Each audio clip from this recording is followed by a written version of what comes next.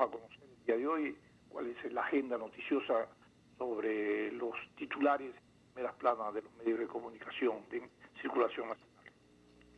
Así es, reiniciamos este recorrido informativo con Diario El Universo a través de su portada impresa. Con 79 votos se aprobó el Código de Salud aún cuestionado. Tras superar desacuerdos en temas como el aborto por emergencia obstétrica, la reproducción humana asistida y el uso del cannabis con fines terapéuticos, la Asamblea Nacional aprobó ayer el nuevo Código de la Salud, contenido en 3 libros relacionados con el sistema de salud, cuidado integral de salud y régimen de control y sanción. Dentro del texto incluye el aborto por emergencia, señala El Universo. El artículo 201 del Código de la Salud, aprobado tras 8 años de trámite, considera emergencias los abortos de cualquier tipo y por cualquier causa aparente y todas las patologías que comprometan la salud materno-fetal. Prohíbe a los prestadores de servicios de salud y los profesionales de la salud negar la atención de estas emergencias y deberán respetar la confidencialidad, el secreto profesional y los derechos de las mujeres. Por otro lado, en otros temas nos cuenta también El Universo, aún no se decide la venta del Banco Pacífico, así lo asegura Roberto Dunn Suárez, titular del directorio de la Corporación Financiera Nacional. En otros temas, exigencias de la educación digital de hoy, un especial que ha preparado Diario El Universo con todos los cambios en los distintos niveles educativos. Si también nos cuenta, se aprueba una vacuna para el coronavirus. El medicamento a prueba de AstraZeneca está basado en anticuerpos. Por otro lado, el régimen alista plan para poner fin al periodo de excepción por COVID-19. Hoy se presenta el plan Yo Me Cuido, con el cual la ciudadanía es responsable de la prevención. La emergencia terminaría el 12 de septiembre próximo. Y en el plano judicial y de seguridad, la madre de menor violada fue detenida. La mujer dice que era amenazada, pero aparece en video según fiscal.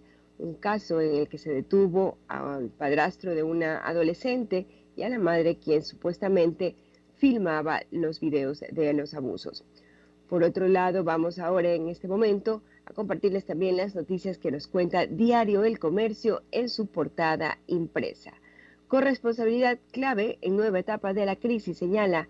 El COE anunció que este 31 de agosto finalizan 2 medidas especiales para 18 provincias. Como parte de esta flexibilización, el gobierno presenta hoy el plan de corresponsabilidad ciudadana, el cual será analizado por los cabildos. Así también nos cuenta El Comercio, 8 años demoró la aprobación del Código de la Salud.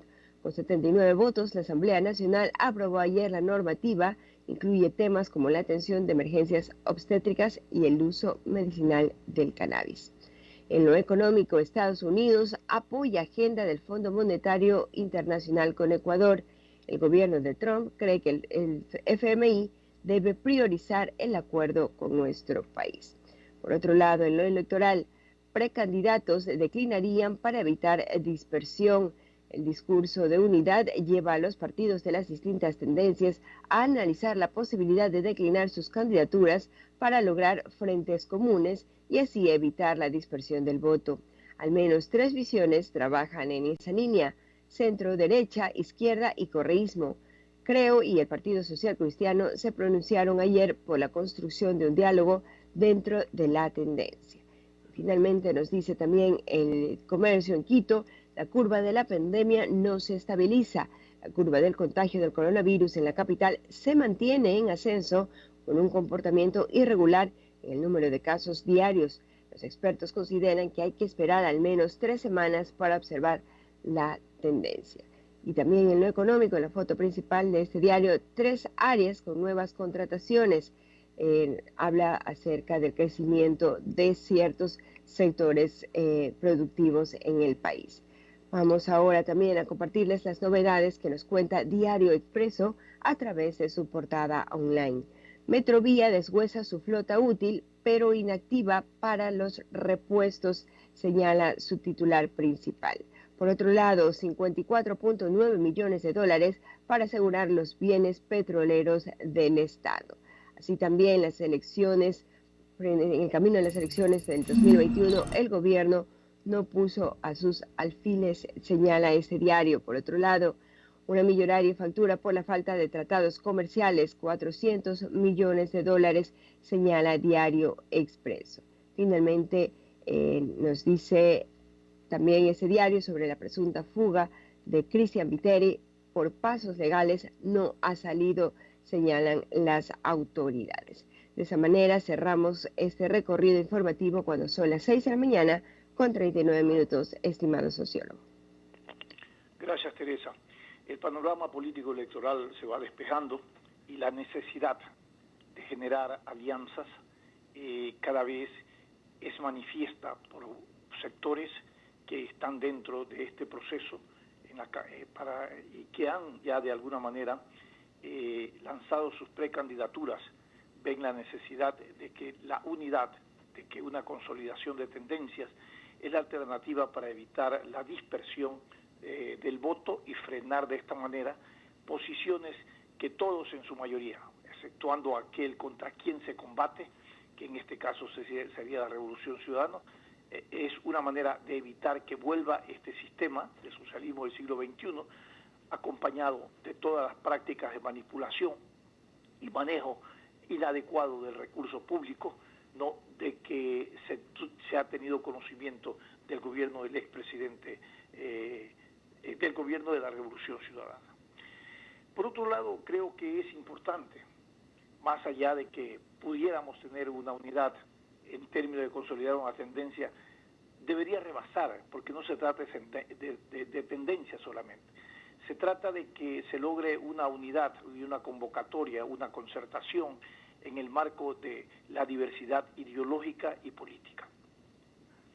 ¿Por qué? Porque esa diversidad del pensamiento ideológico, del pensamiento de la acción política, es la que va a generar la necesidad de sentarse en una mesa y debatir sobre una agenda o sobre un programa de gobierno que permita entender, comprender y determinar por parte de los electores que en función de ese programa y de esa convergencia se pueda llevar a sacar al país de la crisis económica, social y política y sanitaria, y por la última, que es la crisis ética, ¿no?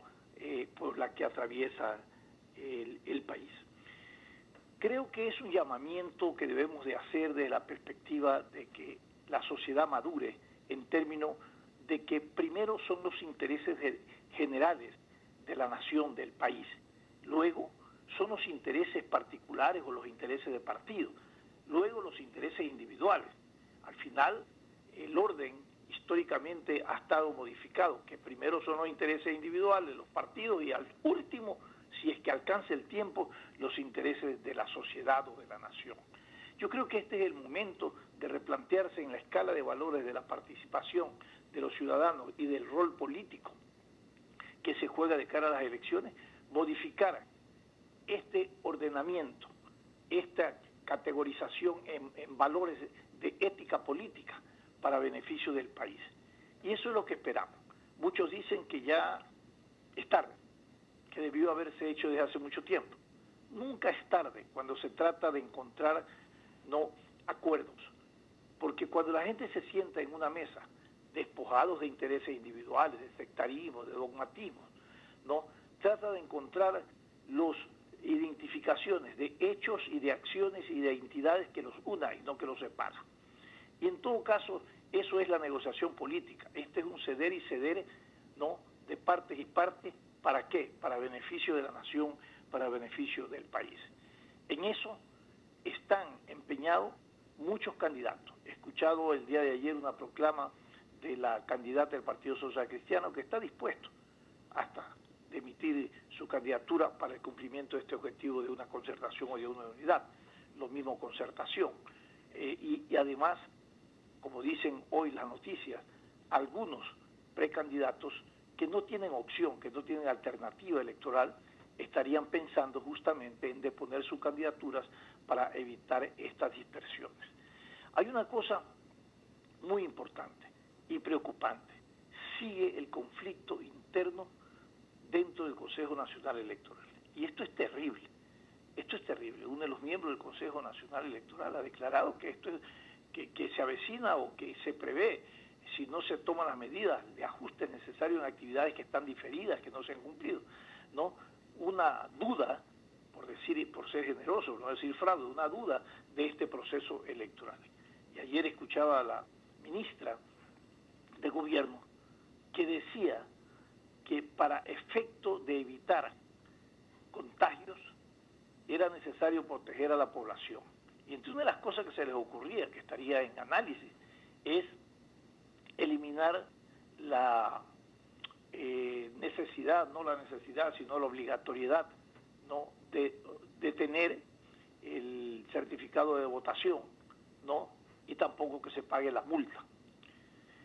No es que me preocupa, creo que es una medida muy importante para ir pensando lo que siempre plantea Alcides y se plantea en los debates sobre el tema del voto obligatorio, ¿no?, que debería también ser revisado, porque si no va a haber sanción, si no es necesario el certificado de votación, prácticamente deja en absoluta independencia a cada uno de los electores ya de que no tendrían la obligatoriedad de ir a votar. La gente va a votar porque no lo multen o porque el documento es válido para trámite. Eso yo creo que deberían de analizarse con mucha responsabilidad, más allá de que esta nueva normalidad, que todavía no la tenemos claro, de cómo vamos a asistir a un escenario electoral, más allá de las resoluciones que ha tomado el Consejo Nacional Electoral, todavía hay situaciones que no están claras y estamos en el proceso recién en la etapa de alianzas, de elecciones, de nominaciones de precandidaturas y viene la fase de inscripción. Entonces, vamos a ver cómo se resuelven estos temas, es muy importante y hay expectativas claras respecto a cómo se va a desarrollar este proceso electoral en el tema de la nueva normalidad. Dije, no hay expectativas claras, no hay expectativas claras. Y eso demanda a la ciudadanía para no ser objeto de manipulación y de utilización de ese valor soberano que tiene el pueblo el momento de ir a elegir. Alcides, tu comentario. Sí, gracias, Stalin. Mira, a propósito de los temas que tú has analizado, estoy viendo una encuesta que está realizando el periodista Luis Antonio Ruiz, desde el Amazonas. Sí. Dice la pregunta, ¿debería eliminarse el certificado de votación, con lo que esto implica, es decir, la obligatoriedad del voto? 73% por el sí, 25% por el no. Esta es una encuesta rudimentaria, ¿verdad? Porque se la hace pues, a los que están enlazados con él en el internet o en las redes sociales, ¿no?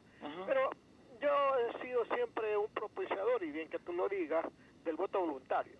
Así es. Es un derecho, indudablemente el voto, es un derecho, pero no es una obligación, pues. A ver, o sea, ahí es cuando el derecho se convierte en obligación, deja de ser derecho. Pero, sí. Cuando el derecho se convierte en obligación, deja de ser derecho. Claro. ¿Por qué es una obligación? Porque si no, te multan, y si no tienes el papel de votación, no puedes realizar algún trámite. Ahí se vuelve una obligación. No debería hacerlo. Lo que plantea la ministra Romo, ¿verdad?, es que por efectos del tema del contagio del coronavirus, en donde pues muchísima gente puede estar inmersa en contagio, esto no se ha terminado. El ministro Ceballos, el de Salud, hace poco, el lunes, lo dijo aquí en la misma radio, que teme un rebrote, un segundo brote o rebrote de la pandemia en Guayaquil, no se diga en el país. Entonces, no se ha tomado ninguna medida por parte del Consejo Nacional Electoral. Al principio como que había el temor, el miedo, y empezaron a hablar del televoto, que hay que votar como en Estados Unidos, por correo, etcétera. Nada se hizo. Como muchas cosas no se hacen en el Consejo Nacional Electoral, que de paso no tiene ni siquiera un presupuesto fijo para saber qué es que se va a gastar. Pero volviendo al tema de la propuesta de doña María Paula Romo, es verdad que esto requiere de una reforma constitucional, ¿verdad? Porque no se puede eliminar el certificado de votación. Ahora, los que propiciamos el voto voluntario, yo lo voy a apoyar y lo apoyo la medida. aparte de ser sanitaria, es razonable desde el punto de vista democrático. Como yo siempre digo, no puede ser el voto un derecho y una obligación a la vez. Uno tiene que ejercer el derecho al voto, y eso se lo hace con conciencia democrática, se lo hace con razones, porque nosotros tenemos que darle la oportunidad a los que quieren ir a votar, estando en nuestras casas y no votando. ¿Por qué le podemos dar la oportunidad a los que quieren ir a votar para que elijan por mí? No puede ser. Ahora, esto es un asunto, como usted dijo, Stalin, que tiene que ser debatido. Es indudable. Es recién que se está dando. Y debatido más que nada porque esto no es que se logra un cambio y ya nada más con un reglamento. Este es un cambio legal y constitucional. Pero hay que tomar en cuenta algo. La salud tiene que estar primero por la ley. La salud, ¿qué es la salud? El tema de la pandemia tiene que estar primero por la ley. La ley no puede impedir que la gente, ¿verdad?, se contamine. Si yo no quiero contaminarme por efectos de la pandemia, yo no puedo por obligación ir a votar. Me tiene que amparar la ley, y en eso la ley tiene que ser más flexible. Ahora, si nos ponemos a priorizar en este momento la ley o la salud, ahí estamos muy mal, pues. ¿Por qué? Porque estamos irracionalmente pensando que la salud es una cosa secundaria, cuando es primaria, porque tiene que ver con la vida. Si no hay vida, no hay el resto. Y en eso los políticos tienen que empezar a pensar. Aquí he visto en las redes sociales una gran cantidad de gente que está diciendo sí, pero que el planteamiento de la ministra no toma en cuenta las razones legales y constitucionales, etcétera. Claro, ¿y por qué no hablan primero de la salud? ¿Por qué no hablan de la pandemia? ¿Por qué no hablan del contagio? ¿Por qué no hablan de la salud de muchísima gente que tiene más de 65 años y que no quiere salir a la calle por el temor del contagio? Y que tiene que hacerlo cuando tiene que votar. Entonces son razones que hay que ponerlas en el tapete de la discusión. ¿Qué queremos primero? Sí. Ahora, yo creo, Alcides, o la política. Alcides, yo creo que en tu análisis, en tu reflexión, una cosa es la determinación en el orden constitucional de que el voto sea obligatorio. Eso requiere una reforma. Por eso, claro. Pero escúchame, pero suspender la multa y dejar sin efecto por esta situación de pandemia el tema del certificado, eso está en un reglamento que se puede cambiar temporalmente porque no puede ser definitivo. Lo que entiendo de la ministra es que por efecto de la pandemia estos elementos para evitar contagios deberían dejarse suspendidos, y entiendo que no es definitivo sino temporal para poder evitar un contagio. Y yo creo que eso se puede hacer a través de revisar el reglamento donde se ha determinado. No sé si eso está en el Código de la Democracia, no sé si eso tiene que hacer el Consejo Nacional Electoral. En definitiva, no sé a cuál de la institucionalidad tendría la competencia, porque entiendo que eso es el espíritu. Mira, Stalin, licenciado, ya tenemos a nuestro invitado en este momento conectado junto a nosotros. La bienvenida, cuando son las 6 de la mañana con 52 minutos. Nos conectamos con el ingeniero Fernando Amador, director de Transporte Público de la ATM. Fernando Amador, ¿cómo está usted? Le saluda Stalin Poveda y me acompaña Alcides Montilla y Teresa Merchán. Un poco abordaremos el tema del transporte y la movilidad en la ciudad de Guayaquil en tiempos de coronavirus, que ya tenemos algún tiempo. Lo primero que vamos a conocer de primera fuente de la autoridad es el uso, ¿no?, de los carriles para la metrovía. Antes eran compartidos y había una resolución de que se podían utilizar en determinadas horas. Hoy pareciera ser que la nueva administración dijo, no señores, son exclusivos, y queremos conocer hasta dónde avanza la exclusividad. Buenos días y bienvenido. Muy buenos días, Stalin, Lenin y Teresa, y a todos los oyentes de Radio Atalaya.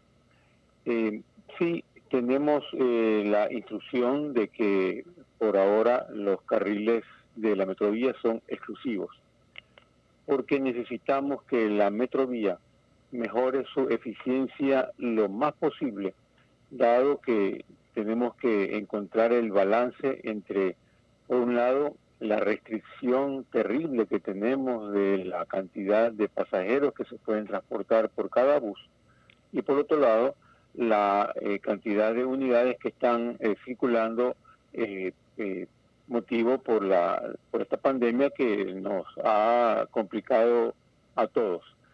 Este es un balance donde tenemos que crear este círculo virtuoso, donde a través de la eficiencia, los ingresos que se tiene por los pasajeros de los buses puedan ya superar los gastos, y de esta forma poco a poco podamos ir retornando a una operación cada vez mejor servida para la ciudadanía, ¿no?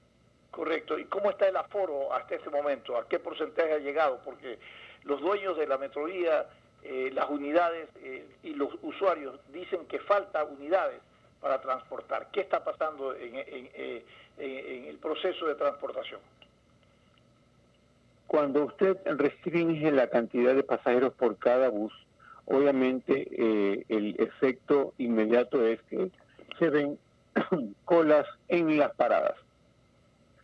Estamos trabajando diariamente con un equipo de personas en las estaciones y en las paradas más con mayor cantidad de usuarios para coordinar de la mejor manera, más eficiente, viendo si hay pasajeros para que se inyecten alimentadores, para que se inyecten buses directamente atendiendo a estas paradas, para que de esa forma el aforo que se está manteniendo en el caso de los buses articulados inferior inclusive al 50%, dado que por ahora se está obligando al distanciamiento social de 1 metro aproximadamente. Entonces se han marcado en el piso unos círculos para que el ciudadano conozca dónde debe de ubicarse aproximadamente, para que la cantidad de pasajeros en el articulado esté de acuerdo con la norma que estamos estableciendo ahora.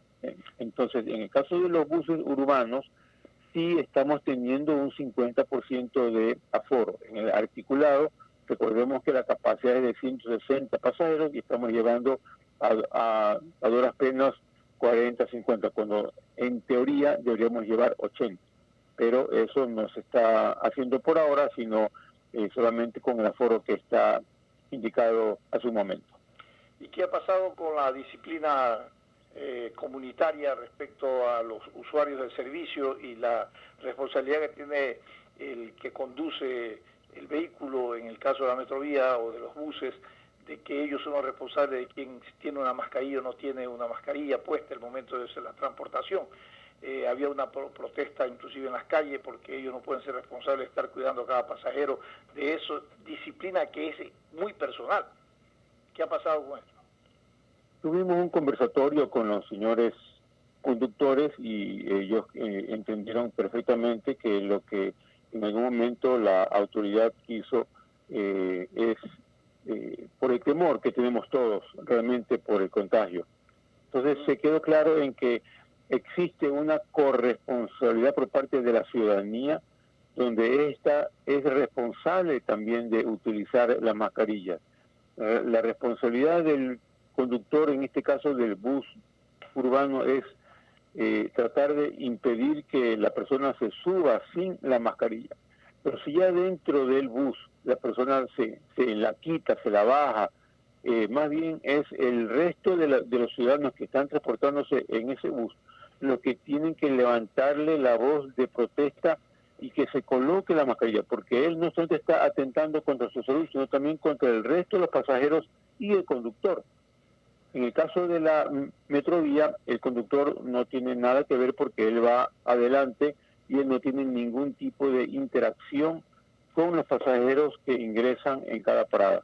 Allí más bien a través del personal nuestro, de los guardias de metropolitanos, de la Metrovía, personal de ATM que estamos apoyando para que los usuarios ingresen a las paradas. Allí se está pidiendo este control, que la ciudadanía colabore utilizando su mascarilla. Hemos tenido muy buena aceptación, realmente ahora son muy pocas las personas que no utilizan la mascarilla, pero se les pide cortésmente que salgan, que no ingresen hasta que consigan una. Afortunadamente ahora hay una disponibilidad en todos sitios y rápidamente consiguen la mascarilla para que puedan volver a ingresar. Correcto. ¿Y ustedes han evaluado, Fernando, la utilización de las plataformas digitales que ustedes tienen funcionando y para reclamos, multas, impugnaciones y también para llegadas de buses, horarios? ¿Esto ha funcionado en tiempo de esta restricción del coronavirus? Definitivamente las ayudas tecnológicas han funcionado. Por un lado, las redes sociales que tenemos con ATM, donde llegan las denuncias de la ciudadanía, tratamos de atenderlas lo más rápidamente posible. Y por otro lado, se le pide también al ciudadano que ingrese la mayor cantidad de información posible para nosotros poder tomar acción en el caso de tener que hacerlo sobre alguna unidad o el conductor que estaba manejando. Y por otro lado, a través de la aplicación Movit, que ahora ya también está enlazada con el Google Maps, tenemos ya la información de las líneas que prestan servicio en la ciudad, incluyendo los buses de Metrovía. Y ahora tenemos ya toda la red de transporte público funcionando en estos dos aplicativos, y ya tenemos alrededor de 180,000 usuarios, lo cual da una gran idea del uso que se está dando. La consulta que se hace es establecer los medios y las diferentes rutas y buses que se deben tomar para poder llegar al destino que uno busca. Ya, y una de las situaciones que todavía se observa respecto a la falta de atención a la disciplina comunitaria son en los vehículos que unos formalizados y otros no, las tricimotos, los vehículos que hacen transporte desde una estación de una línea formal hacia más adelante de otros sectores marginales. En realidad ahí se ve un hacinamiento que no tiene control. Y de alguna manera ha habido alguna preocupación, alguna instancia a nivel de la Agencia de Tránsito Municipal para ir corrigiendo, verificando esto. Sí, claro. El tema de la pandemia hizo que muchas personas salgan a prestar ayudas que en su momento fueron de mucha utilidad. Ayudaron al ciudadano a movilizarse hacia los centros cercanos de salud o a la compra de los víveres, que era tan complicado en esos días. Y ahora la ATM, que estamos poco a poco volviendo a esta normalidad forzada, que aún se mantienen los vehículos con el pico y placa, sí se han comenzado ya a hacer algunos operativos, en especial en lo que tiene que ver con la restricción de la circulación de las tricimotos en las vías principales. Ya se han hecho algunos operativos en el Guasmo, donde se le pide a los conductores de las tricimotos, por ejemplo, que ellos pueden circular dentro de las calles sin problema, pero no deben de utilizar las dos calles principales porque ahí ya hay atención a través de las unidades de buses. Claro. Estamos ya comenzando a trabajar en Pascuales, por ejemplo, donde ya estamos ubicando y socializando con nuestros señores transportistas estaciones o paradas para que las tricimotos puedan parquearse y que no interfieran con la vía principal. Ya este es un tema que tenemos que irlo socializando, trabajando con ellos, tanto con los formales, con los cuales estamos muy complacidos del esfuerzo que ellos hacen por trabajar dentro de un sistema legalmente constituido, y con los informales, que obviamente tenemos que irles poco a poco restringiendo la circulación, porque igual ellos mantienen un tema de ilegalidad, pero por lo menos que con la circulación la hagan dentro de las normas que estamos pidiendo. Fernando, una cosa es la regulación y el control, y otra cosa es la educación al peatón. ¿Cómo va este tema que me parecía muy interesante, que lo estaba desarrollando o lo está desarrollando la ATM, sobre la educación vial en tiempo de coronavirus? ¿Ha sido necesario reforzarlo? ¿Ha quedado un poco limitado? ¿Cómo está esta situación? Definitivamente esta época del coronavirus ha trastocado muchos sistemas que antes estábamos acostumbrados a ver y que ahora tenemos que reforzar. Uno de ellos es el tema de la bicicleta y de la prioridad con el peatón. Guayaquil no ha tenido una cultura muy buena en lo que tiene que ver con el respeto al peatón. Fácil es verlo en las intersecciones cuando en otros países del mundo el vehículo se detiene cuando el peatón invade la zona peatonal. Esto es una norma muy bien llevada en otros sitios, pero que aquí no se cumple porque más bien el conductor del vehículo se molesta cuando el peatón no lo hace con la debida precaución. Entonces, esto es una cultura que tenemos que ir cambiando, nos va a llevar tiempo, son décadas donde estos otros países han logrado llevar esta cultura al ciudadano que maneja. Por ahora estamos a través de la alcaldesa y con el doctor Tayano, que está ahora a cargo de la ATM, en esta concientización de la semana o del día del peatón, del día del ciclista. Estamos mejorando las intersecciones de algunas calles de la ciudad para priorizar y balancear el tránsito tanto del peatón por un lado como del vehículo particular por otro lado. Tenemos que mejorar ahora también el tema de las ciclorrutas o las ciclovías, donde no solamente es para la diversión o para el ejercicio físico, que realmente las ciclovías dentro de las ciudades se hacen para trabajo, para que la gente pueda utilizarlas y movilizarse en los viajes cortos que necesite. Hemos visto ya ahora algunas personas que utilizan la bicicleta. Esperamos que cuando la oferta esté disponible en cantidad suficiente, la ciudadanía vea con seriedad el cambio del uso del vehículo particular a la bicicleta. Ahora, esa alternativa de uso de las rutas, en estos últimos días, en estos últimos tiempos, ha habido algunos accidentes. Las previsiones, porque unos decían, por ejemplo, hay ciclorrutas, pero no está debidamente definida su espacio, lugares donde deben de dejarse, por ejemplo, las bicicletas seguras, donde el ciclista pueda movilizarse de ahí y regresar y encontrar como una estación donde se guardan las bicicletas, pero con seguridad. ¿Todo eso está previsto?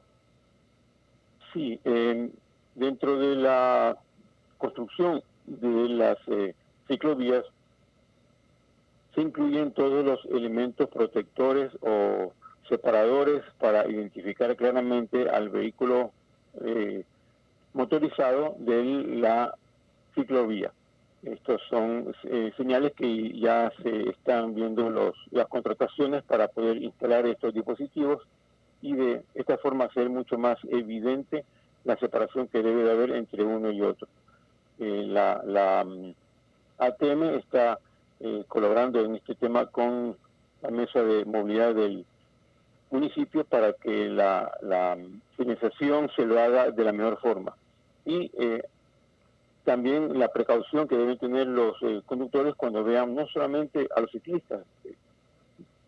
Recordemos que también hemos tenido algunos problemas con peatones que han sido atropellados por conductores irresponsables que no han tenido una buena forma de conducir. Se han ido construyendo barandas o pasos peatonales elevados para ir protegiendo esto, pero ahora ya tenemos que ir incluyendo también a los ciclistas. Solo una última pregunta de mi parte para que Alcides continúe con esta entrevista, es relacionado al desmontaje de un puente, de un paso peatonal, que había causado de alguna manera alguna protesta en términos de que no estaba bien definido, causó congestionamiento. ¿Eso lo van a desmontar para terminarlo o lo van a reubicar ese paso peatonal? Ese paso es en la Juan Tanca, a la altura de la Marta Berol 2, sí. Debido a la ampliación de la vía que se está dando en esa zona y que es necesaria para dar fluidez a una arteria muy importante de la ciudad, nos topamos con el tema del paso peatonal construido ya hace muchos años y que iba a quedar corto porque los carriles se han ampliado. Entonces, para poder resolver esto, y dado que los procesos constructivos tardan mucho todavía, se tomó la decisión de establecer un sistema de paso peatonal a nivel mediante la instalación de los semáforos y la pintada del paso cebra correspondiente para permitir que el usuario pueda cruzar de un lado para el otro. Entonces, esta es una solución temporal. Esperamos que para el año próximo, ya con los presupuestos correspondientes y la planificación, se pueda ya construir más adelante el nuevo paso elevado para que de esta forma el tránsito pueda fluir de mejor forma. Ya. Alcides continúa con esta entrevista. Gracias, Stalin. Saludamos al ingeniero Fernando Amador, director de Transporte Público de la Autoridad de Tránsito Municipal, que entiendo que ya dentro de poco va a cambiar de siglas, pero don Fernando, hay algunas preguntas relacionadas con la interrogatoria inicial respecto del uso de los tramos exclusivos, los carriles exclusivos de la metrovía.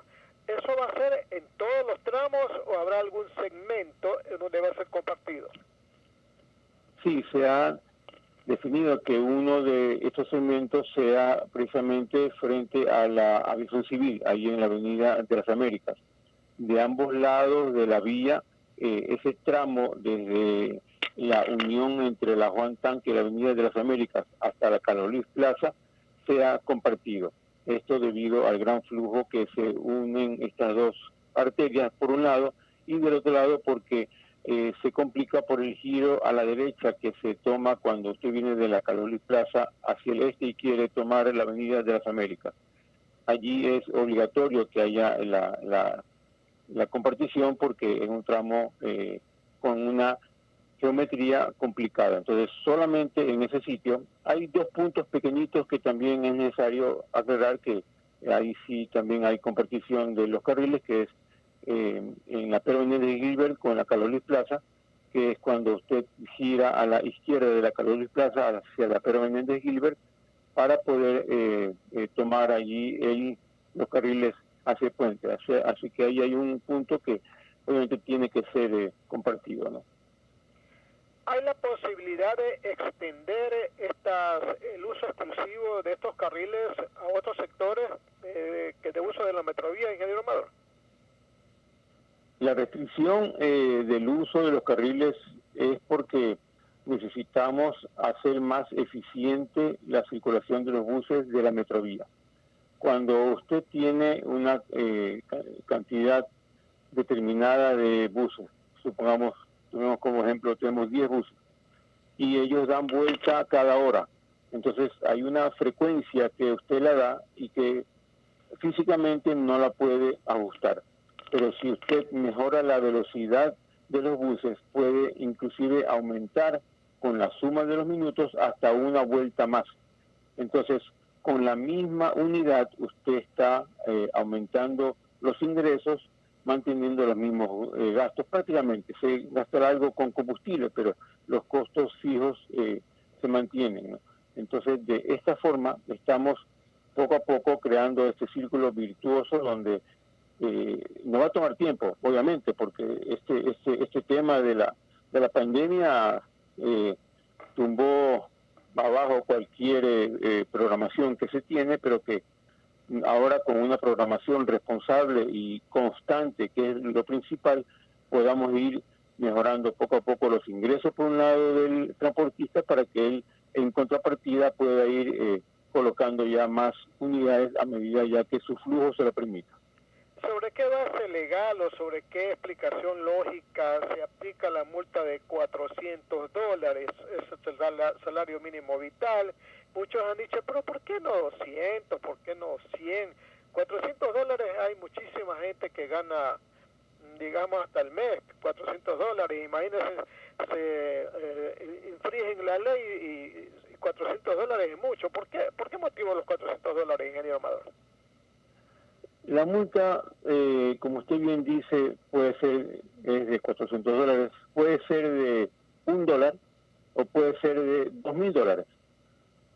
El efecto que se quiere es disuasivo, no porque la ATM quiera cobrar, porque para eso la ATM lo ha demostrado a la saciedad, socializando primero las instrucciones que se dan y luego efectuar las multas que correspondan. Pero ya ante un periodo de socialización, un periodo donde se le ha enseñado al usuario que no utilice estos carriles y que lo haga por donde tiene que ir. Entonces, no es el importante el valor de la multa, sino el efecto que se quiere al disuadir al usuario a que no cometa la infracción. ¿Y los infractores que no tengan dinero para pagar la multa tendrán alguna alternativa para hacerlo? Sí, recordemos que como esta es una multa por ordenanza municipal, puede aplicar perfectamente al descuento del 75% del valor de la multa a cambio de trabajo comunitario.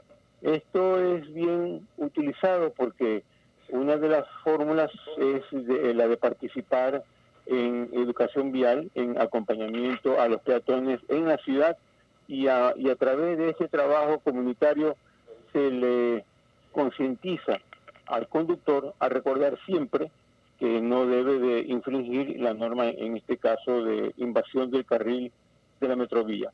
Si las multas fueran muy bajas, entonces la ciudadanía simplemente cometería la infracción sabiendo que si la multa cuesta $1, bueno, no le va a afectar al bolsillo y tendremos más bien repeticiones que no quisiéramos tener. Por eso es que se establece una multa significativa, pero más bien es representativa para que el usuario sea disuadido de cometer esta infracción, ¿no? Ingeniero Amador, hay muchísimos vehículos sin placas y hay muchísimos de esos vehículos sin placas que se aprovechan de la circunstancia para utilizar los carriles exclusivos de la metrovía. ¿Qué va a pasar con ellos? Y esa es otra batalla que tenemos que ir peleando día a día. La ATM en algún momento que no ha tenido la provisión de placas que llegan desde la Agencia Nacional de Tránsito, ha indicado que se instalen placas provisionales, que sean legibles para que cualquier agente o las cámaras que trabajan en la ciudad puedan identificar al vehículo, tanto en la parte delantera como en la parte trasera. A través de los agentes estamos poco a poco dentro de las varios frentes que tenemos actualmente. Ese es uno que es necesario que el ciudadano sepa para que primero se autoproteja, porque si mañana hay algún tipo de accidente es la única forma como él puede demostrar si circulaba o no por ese sitio, y por otro lado que nos permitan a nosotros poder saber y controlar los vehículos de esta forma. Entonces se le pide a la ciudadanía que tenga colocadas y visibles tanto adelante como atrás las placas para poder tener cumplir con la norma. También ha habido vehículos que sí tienen placas, pero los conductores utilizan un mecanismo mediante la cual cuando van a circular por carriles exclusivos, en el caso de Guayaquil, o en el caso de los radares también, colocan algún dispositivo que oculta la placa. Eso ha pasado varias veces, ingeniero, ¿verdad? Sí, bueno, o sea, tenemos que ir tomando cada cosa según y nuestra capacidad también operativa. Poco a poco iremos atacando este tema primero de los vehículos sin placa y segundo de los vehículos que tienen dispositivos que con la excusa de que son para cargar bicicletas, por ejemplo, no permiten la visibilidad completa de la placa. Entonces, todo esto se va a ir regulando y controlando dentro de la ciudad para que tengamos un sistema más ordenado, ¿no? La ciudadanía pide nuevamente orden en el tránsito y en el transporte de la ciudad, pues entonces todos tenemos que ir colaborando con un granito de arena para que este orden vuelva nuevamente. Tenemos, por ejemplo, en actividades con los agentes donde diariamente se sancionan personas que se parquean en doble columna,